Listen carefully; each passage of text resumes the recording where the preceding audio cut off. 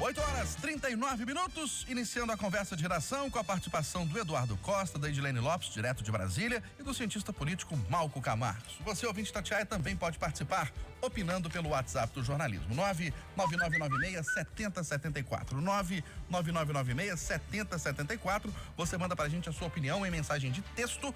Não se esqueça de colocar o seu nome, o bairro ou a cidade de onde você está falando. Bom, secretário de Desestatização, Desinvestimento e Mercados do Ministério da Economia, Diogo Macorde, falou hoje em entrevista ao vivo aqui no Jornal da Itatiaia que está previsto para o primeiro trimestre do ano que vem o leilão para a venda da CBTU, que administra o metrô de Belo Horizonte. E isso, segundo ele, vai possibilitar o investimento da iniciativa privada na modernização da linha 1, a única de Belo Horizonte, e implantação da linha 2 do metrô. Vamos ouvir um trecho da fala dele.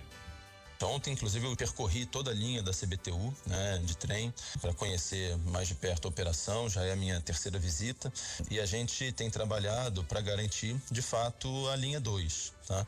Então, aqui a gente fala de investimentos totais, se a gente somar a modernização da linha 1 e a viabilização da linha 2, de investimentos de 3,8 bilhões de reais, tá?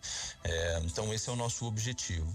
O governo ele precisa aportar um recurso, tá, para conseguir de fato viabilizar esse investimento, mas de qualquer maneira a privatização da CBTU BH ela é prevista também para o primeiro trimestre do ano que vem. Então os estudos eles já estão bem avançados e o que a gente precisa fazer agora como eu acabei de dizer, do Porto de Vitória, passar esses estudos pelo Tribunal de Contas da União para que a gente tenha um aval para a publicação do edital. Olha, sobre a privatização da Ceasa, Diogo Macorde também respondeu a um questionamento sobre o preço supostamente baixo de venda da empresa. Vamos ouvir. O edital da Ceasa está previsto para o final desse ano já. Ali a gente fala de um investimento mínimo de 253 milhões de reais. Esse é o valor da empresa que foi calculado. A gente tem ouvido algumas polêmicas e até importante, Eustáquio, esclarecer. Tenho lido em alguns lugares que algumas pessoas têm falado que a empresa ela vale muito mais do que isso e tal. E aí eles costumam comparar com o valor do imóvel e etc. Quando a gente vende uma empresa, vou fazer um paralelo para um apartamento, tá? Você tem um apartamento de 100 mil reais e fala que você pegou um empréstimo de 80 mil no banco. Então, efetivamente, se você vender aquele apartamento, o valor do apartamento é 100, mas você recupera só 20, porque quem compra aquele apartamento está levando junto uma dívida de 80, tá? Então, é importante a gente fazer uma separação para evitar essa polêmica que eu tenho visto do valor de Ceasa Minas, e isso acontece às vezes em muitas estatais. Acho que quando você compra uma empresa, você leva o que nós chamamos de ativos, ou seja, todos os bens daquela empresa, e os passivos, que são todos os deveres, tudo que ela deve. E você tem no final o que se chama num balanço patrimônio líquido, tá? Então, no caso do Ceasa Minas, o patrimônio líquido é de 43 milhões de reais. Mesmo assim, o BNDES contratou uma equipe grande, são 2 consultorias diferentes que fazem a avaliação da empresa, e se chegou no valor de 253 milhões.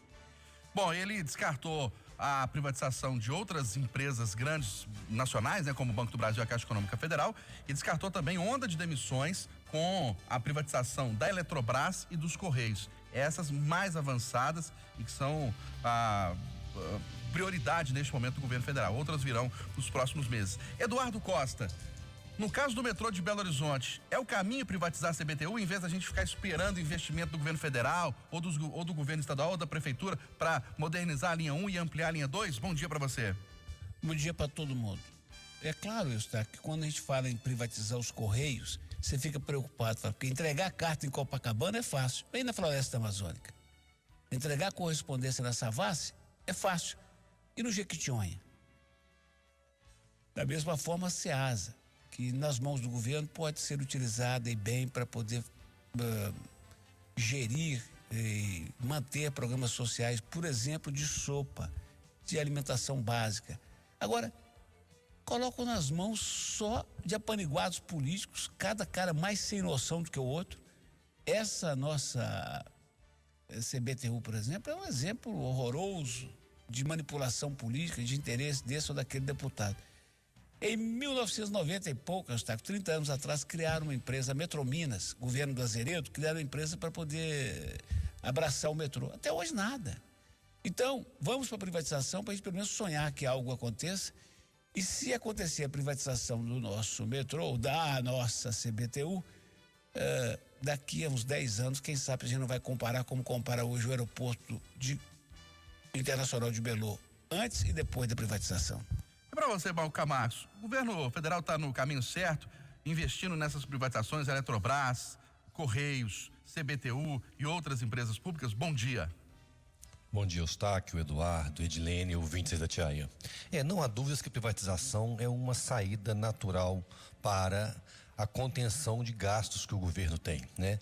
Agora, é bom lembrar, antes do secretário Diogo, quem ocupou esse mesmo posto foi o mineiro Salim Matar, que disse em um evento em Belo Horizonte que eu estava presente, que o governo privatizaria nos 2 primeiros anos do governo Bolsonaro quase todas as empresas públicas, deixaria apenas 2, o Banco do Brasil e a Caixa, e estas seriam privatizadas no último ano. O resultado, Salim Matar ficou no cargo quase 2 anos e as privatizações foram praticamente 0. Agora, de novo, perto das eleições, uma série de anúncios. E anúncios parecem bem promissores, né? Finalmente vai sair a linha 1 do metrô, vai melhorar a linha 1, vai sair a linha 2, vai ter o Ceasa, vai aumentar a sua capacidade de atendimento, sua capacidade de produção. Os Correios ficarão mais eficientes. Agora, na prática, não se pode garantir nem que essas empresas vão ser privatizadas e muito menos que o resultado da privatização será efetivo e menos ainda a garantia dos postos de trabalho dos servidores atuais. Nesse ponto, eu até não me apego muito nele a garantia de postos de trabalho. Eu acho que nenhum emprego pode ser vitalício para ninguém. Todo mundo tem que estar sujeito a critérios de avaliação e de desempenho. Agora, garantir que haverá melhoras do trabalho do serviço é muito difícil. E ele dá uma péssima notícia para nós. Ele fala que para a privatização do metrô ser viável, será necessário aporte do governo federal. Ou seja, o governo fará o investimento e depois passará a administração para a iniciativa privada. Aqui pelo WhatsApp, Edilene Lopes, o Gerson Reis de Itabirito, lá do bairro Bela Vista, ele falou que trabalhou na Vale de 83 a 2014. Então ele pegou o período que a Vale era estatal e o período privatizada. Ele disse que a realidade para os funcionários não é boa, os objetivos são os lucros para a empresa, e ele falou que Mariana e Brumadinho, né, com o rompimento das barragens, são exemplos disso, que o objetivo é o lucro e não a segurança. Pois é, Eustáquio, bom dia mais uma vez para todos vocês. Eu acho que essa preocupação tem que haver. Muitos fazem o discurso de que nós temos que confiar nas empresas. Eu acho que toda relação que a gente tem com as empresas é de fato de confiança, mas tem que haver fiscalização e não é autofiscalização. E a gente está falando nesse caso especificamente das barragens, né? E depois da privatização da Vale, nós tivemos os 2 maiores desastres ambientais provocados não por fatores naturais, mas por rompimentos de barragem do mundo. Então isso é muito grave. Tem que ter esse cuidado com qualidade. No caso do metrô, por exemplo, nós temos que ter cuidado com preço, porque muito se usa o exemplo da telefonia, né? Depois que privatizou e tal, aí todo mundo tem telefone, tecnologia, eu concordo, mas as empresas de telefonia estão no topo do ranking de reclamações do Procon. Toma conta, o preço fica alto, ninguém fala nada, a agência reguladora parece que não existe e o consumidor é obrigado a aguentar, porque todo mundo cobra caro, o serviço não é prestado. Quem é que usa toda a internet que as empresas falam que oferece? A TV a cabo de todo mundo funciona bem ou fica falhando e você paga o mesmo tanto pelo seu serviço? É isso. Então eu acho que a privatização ela é muito benéfica em vários casos, mas que tem que haver uma regulação para que o consumidor não fique na mão.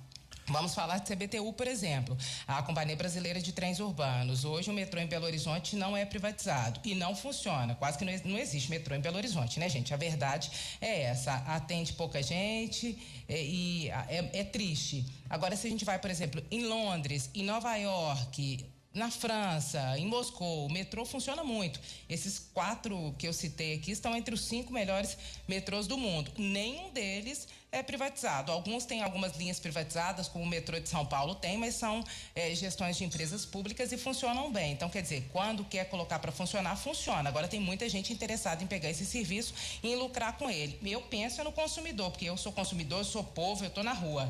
Vai ser bom para o povo? Vai funcionar? E o preço? Nós vamos dar conta de pagar? Isso tudo tem que ser pensado. E as agências reguladoras vão cumprir seus papéis? Vão garantir o direito do consumidor? Tem que pensar nisso, né, Eustáquio? Verdade, Edilene Lopes, porque as agências reguladoras são muito questionadas porque foram criadas justamente depois desse processo de privatização para fiscalizar aquilo que deixou de ser estatal, né? Bom, Ô Eduardo Costa, marcado para daqui a pouquinho, às 9 horas, reunião do prefeito de Belo Horizonte, Alexandre Calil, com representantes de Atlético, Cruzeiro e do Mineirão, para tratar das regras para a volta da torcida aos estádios. Hoje, inclusive, tem jogo do Cruzeiro pela Série B, Cruzeiro e Confiança, com volta da torcida. Bom, todo o meu espanto diante da aglomeração de anteontem, eu manifestei aqui ontem. Agora, hoje eu quero tranquilizar os muitos que ligaram, que mandaram o zap, que perguntaram no Instagram. Eduardo, você que conhece mais ou menos o movimento das coisas, você acha que a prefeitura vai proibir público de novo nos estádios? Duvido com D maiúsculo. Acho que faz muito bem o secretário Jackson de chamar os presidentes do clube Mineirão e pedir ajuda, e pedir socorro, e pedir cooperação. Daí a dizer que a prefeitura pode retroceder e proibir público nos estádios, é um exagero muito grande, gente. Esse jogo foi atípico, foi o jogo da volta depois de 1 ano e meio, era um jogo de Libertadores importantíssimo e havia todo um clima.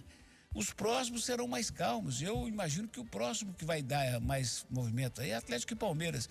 Mas se cada um fizer a sua parte, nós vamos ter... Não, gente, se cada um fizer a sua parte, dá certo. Por exemplo, o estádio, né, a administração do estádio fica encarregada de cuidar lá no interior. Cuida do dentro do Mineirão. É para sentar no lugar marcado e põe fiscalização. Amigo, por favor, na cadeira de cá. E começa isso desde a hora que abrir os portões. E vai. Lá fora, se juntar guarda municipal e polícia militar, Eustáquio, dá para poder manter razoavelmente a ordem pública e dá para falar com os caras para se afastarem. E penso que a prefeitura agindo nos bares também com a fiscalização cria um clima melhor. Eu dei uma ideia ontem à noite aqui na Itatiaia, fazer padrão FIFA. Você cerca 3 entradas, uma na Abraão Caram, outra não precisa de tanta gente, senão uma na Abraão Caram, outra na Lagoa e outra lá na Catalão. E avisa, passa quem tiver ingresso e teste Covid na mão. Pronto. Porque muita gente, pelo que disse o Thiago Reis, pelo que eu pude ver nas imagens, não tinha ingresso e foi para lá beber e gritar e tudo. Então, considerando que infelizmente falta educação, né? Falta educação para nós, para o nosso povo, para nossa gente, para nós todos. Falta consciência social. E considerando o efeito manada, isso aqui é um assunto estudado pelos sociólogos, o cidadão ele tem um comportamento quando está só. Quando se junta com outros, se ele já tem tendência, ele empolga e começa a aprontar. Segurando o efeito manada, nós vamos ter tranquilidade. Não se admite falar em proibição de público nos estádios, só fala isso quem não sabe da história. E olha que eu não vou, mas eu fico sabendo das histórias das aglomerações dos bares, que tem jogo ao vivo, gente. Das aglomerações por todo lado. Passa na porta de um bar desse que está transmitindo ao vivo para ver. Sem falar que Belo Horizonte está vivendo, graças a Deus, um bom momento. A prefeitura anunciou ontem que voltam as aulas presenciais para o ensino superior e que vai diminuir a distância, ou seja, aumentar o número de alunos no ensino fundamental e médio segunda-feira. Sem falar, Eustáquio, que assim como aconteceu no ano passado, quando a prefeitura fechou BH, mas Santa Luzia continuou, Neves continuou, toda essa gente continuou, está acontecendo de novo. Adianta a prefeitura proibir a alegria do torcedor no estádio, onde vamos ter lá 5 mil pessoas, que eu imagino, né, na média dos jogos, 10 mil pessoas. Se amanhã vai ter no Mega Space em Santa Luzia um show com 10 mil pessoas, senhor Estado, se Santa Luzia não tem CTI, vai estourar aqui. Então, o que nós temos que fazer é baixar a bola, cada um de nós fazer a sua parte, cumprir a sua tarefa e deixar que a alegria volte, deixar que a cidade viva, deixar que a gente respire. Todo mundo com consciência, todo mundo cumprindo o seu dever. O nosso dever aqui é dizer para os ouvintes o seguinte: a pandemia não acabou, a tal da variante Delta está na área, nós temos que nos cuidar. Se a gente não respeita os outros, respeite a nós mesmos. Não aglomere porque você leva a doença para dentro de casa. E pedir às autoridades para que cada um faça a sua parte. Menos arrogância, discurso. Desse jeito não dá mais. E mais pé no chão, diálogo. Tomara que a reunião seja boa hoje entre a prefeitura e os clubes. Aqui pelo WhatsApp, Malco Camargos, o Carlos Henrique do Castelo, fazendo uma observação interessante. Ele está falando que a aglomeração nos estádios é muito menor do que dentro de um ônibus. Estádio de futebol tem jogo, por exemplo, no Mineirão, 2 vezes por semana. A aglomeração dentro de um ônibus é o dia inteiro, todo dia. O que o Eduardo disse, eu concordo absolutamente com tudo que ele disse hoje, é exatamente isso, né? A vida precisa de continuar de uma forma ou de outra, cada um com os seus cuidados, com as suas responsabilidades. E entre elas, como bem disse o Eduardo, não podemos também esquecer das responsabilidades da Prefeitura de Belo Horizonte. Não basta gritar e dizer que a culpa é do outro, que ela também tem responsabilidade sobre os processos, sobre o cuidado aqui da cidade. Eu só queria dar mais uma sugestão, além das que o Eduardo já deu.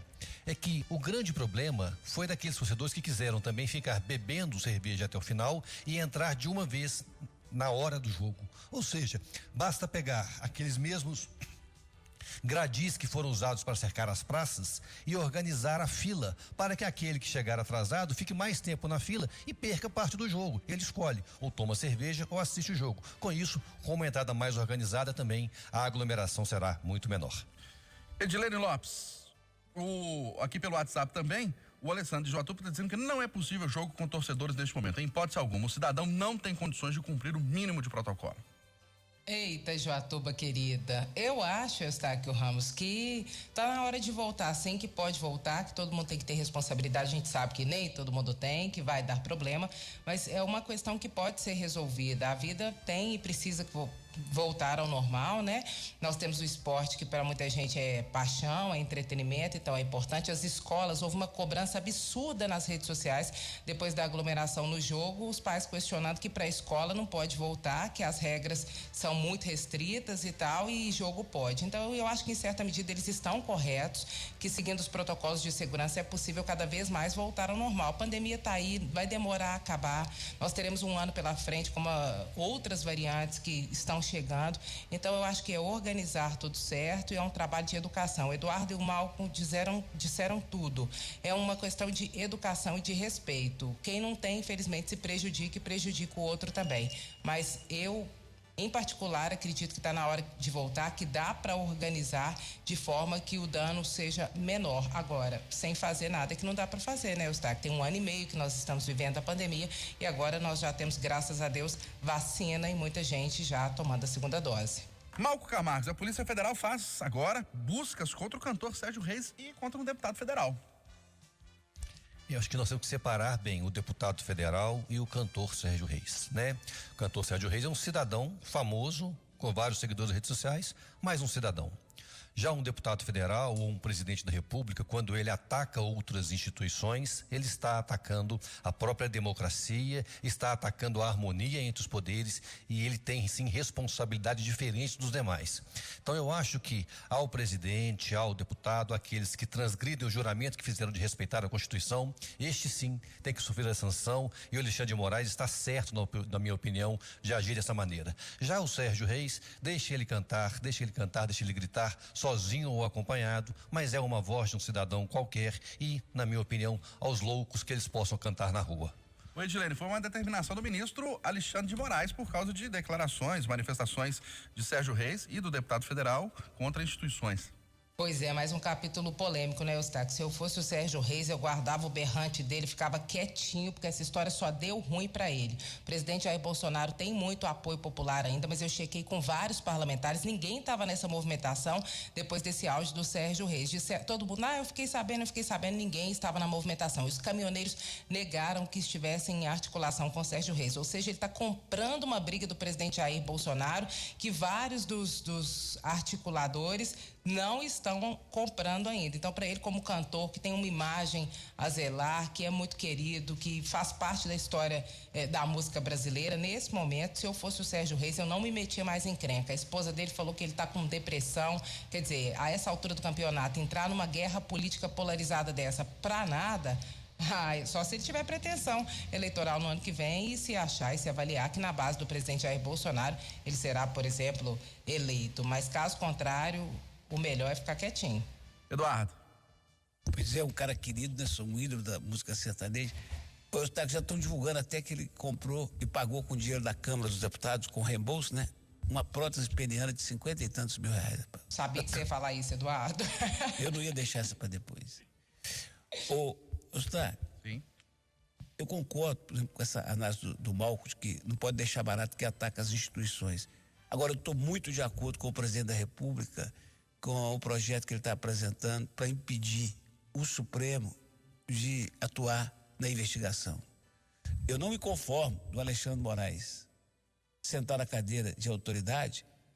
Ele abre o inquérito, ele investiga, ele denuncia, ele julga, ele manda prender.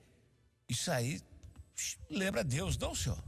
Pois é, tem um rito a se seguir, né, Eduardo, em termos de investigações. Uai, peraí, me ajuda aí. Um abraço, bom fim de semana. E seu Júnior, eu sei porque que não tá. Ele fez o programa e saiu correndo, que foi para Aparecida rezar. E tem que fazer isso mesmo. Amém. Ótimo dia a todos.